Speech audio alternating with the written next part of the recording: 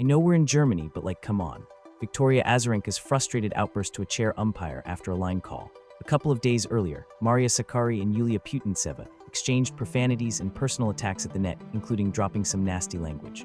These incidents, happening within days of each other, raise serious questions about the current state of professional conduct in tennis.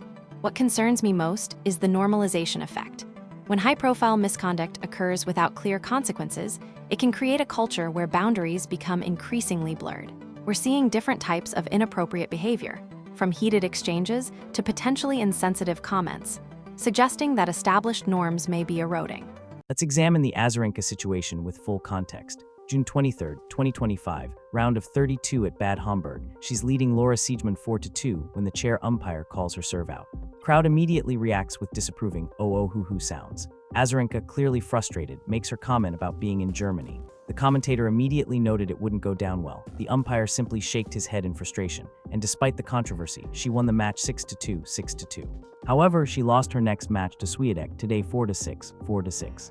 Having played professionally for 15 years, I understand the pressure and frustration.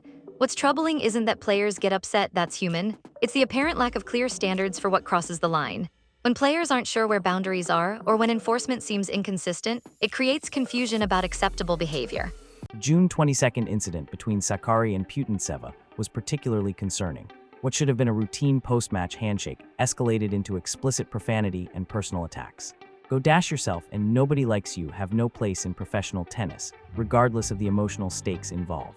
The challenge for tennis governance is establishing clear, consistent consequences that address different types of misconduct appropriately. A frustrated comment about officiating requires different handling than explicit profanity or personal attacks. Without clear guidelines and consistent enforcement, players may push boundaries further. What's notable is the clustering of these incidents. While each has different circumstances and severity levels, their proximity in time suggests either coincidence or a broader cultural shift. The tennis community needs to examine whether current pressures, media scrutiny, social media, prize money stakes are contributing to behavioral changes. Young players are watching these incidents and forming their understanding of professional behavior.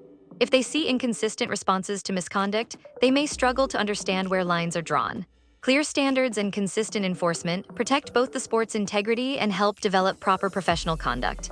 Tennis needs comprehensive conduct guidelines that address different types of misconduct with appropriate consequences.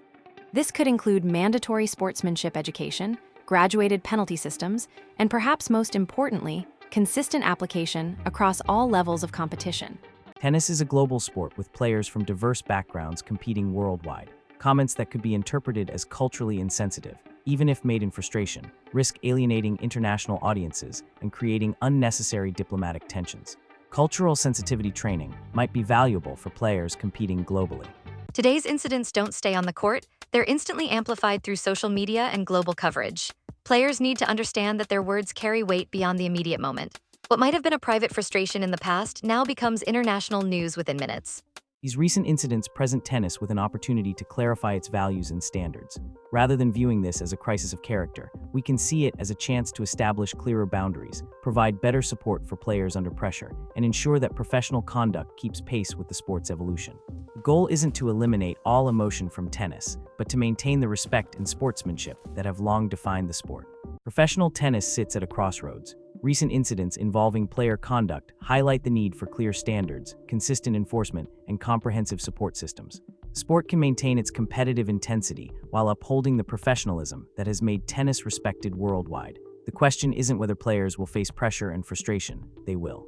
The question is how tennis as an institution will help them handle those moments while protecting the sport's integrity and global reputation.